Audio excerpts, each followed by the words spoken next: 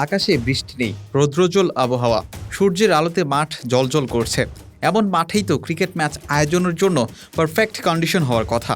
অথচ সারাদিনে মাঠে গড়ায়নি একটি বলও। আবার ঘোষণা দেওয়া হয়েছে আজকের দিনের মতো খেলা বন্ধ। কেউ পাড়ার খেলার মাঠে দৃশ্যের কথা বললে ঠিক আছে, যেখানে ভারী বৃষ্টিপাত হলে 1 থেকে 2 দিন মাঠে খেলা বন্ধ থাকতে পারে।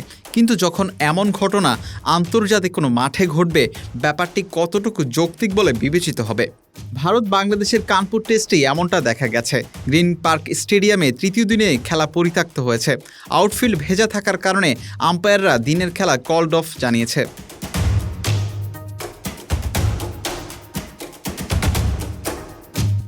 কানপুরে রবিবার সকাল থেকেই বৃষ্টি নেই। সকাল গড়িয়ে বিকেল হলেও মাঠকে খেলার উপযোগী করে তুলতে পারেনি গ্রাউন্ডসম্যানরা। সঙ্গে মাঠের ড্রেনেজ সিস্টেম নিয়ে প্রশ্ন তুলেছে ভারতীয়রাই। দিনভর সময় পাওয়ার পর মাঠকে তৈরি করতে না পারার বিষয়টিকে লজ্জার বলছেন তারা। কানপুর টেস্টে প্রথম দিনেও বৃষ্টি বাধার কারণে মাঠে মাত্র ৩৫ ওভার খেলা গড়িয়েছে। একই কারণে দ্বিতীয় দিনে দু দলের ক্রিকেটাররা হোটেলেই সময় কাটিয়েছেন। রবিবার সকাল থেকে আশা করা হয়েছিল মুমিনুল হক আর মুশফিকুর রহিম আবারও ব্যাট করতে নামবেন। আশা নিরাশায় গিয়ে পৌঁছেছে বারবার আম্পায়ারদের পর্যবেক্ষণের পরও। শেষ পর্যবেক্ষণ ছিল বাংলাদেশ সময় দুপুর 2টা 30 মিনিটে।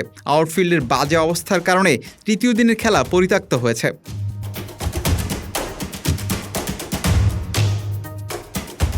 অতীতেও গ্রিন পার্কের মাঠ কর্মীদের নিয়ে নানা অভিযোগ রয়েছে।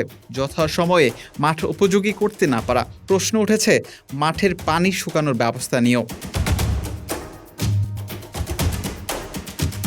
ইলা হোসাইন শিমুল, বিডি আর্কাইভ।